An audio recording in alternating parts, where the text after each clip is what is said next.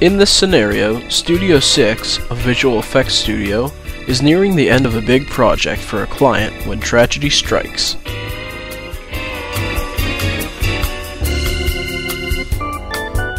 Long before anything happened, Studio 6 was smart and did a few things to cover themselves in case of a situation just like this. In order to do that, they needed a few things.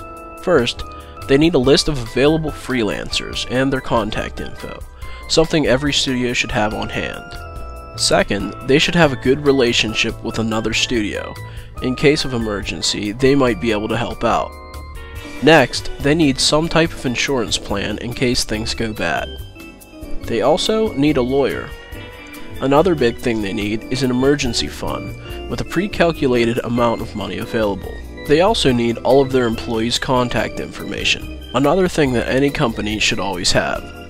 And last but not least, they should have an emergency clause in every contract with every client they do work for. After all, that's what the lawyer is for.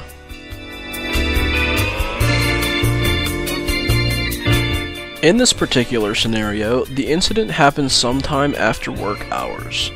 On the floor above Studio 6's office, a small fire is started, triggering the smoke alarm and setting off the sprinklers for the entire building. This results in servers getting wet and frying them. Once this is discovered, the owner of the company is notified.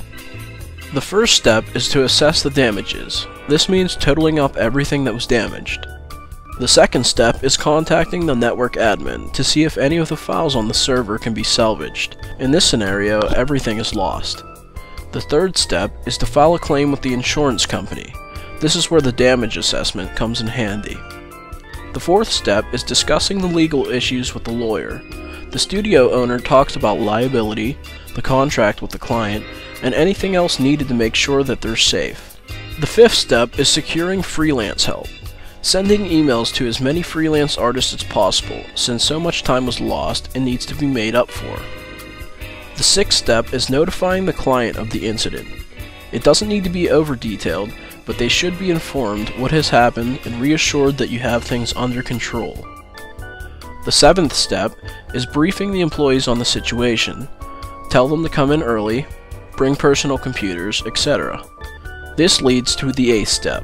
Securing off-site files saved by employees who worked on things from home. At this point, any work that can be salvaged is a huge step ahead. And lastly, the ninth step is having all funds liquid.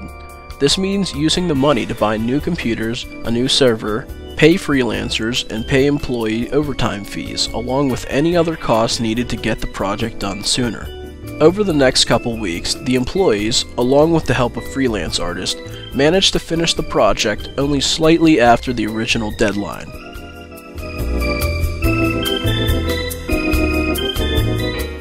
Now that the project is finished and things at Studio 6 are getting back to normal, there are a few things that need to be done in order to save face and learn from the experience.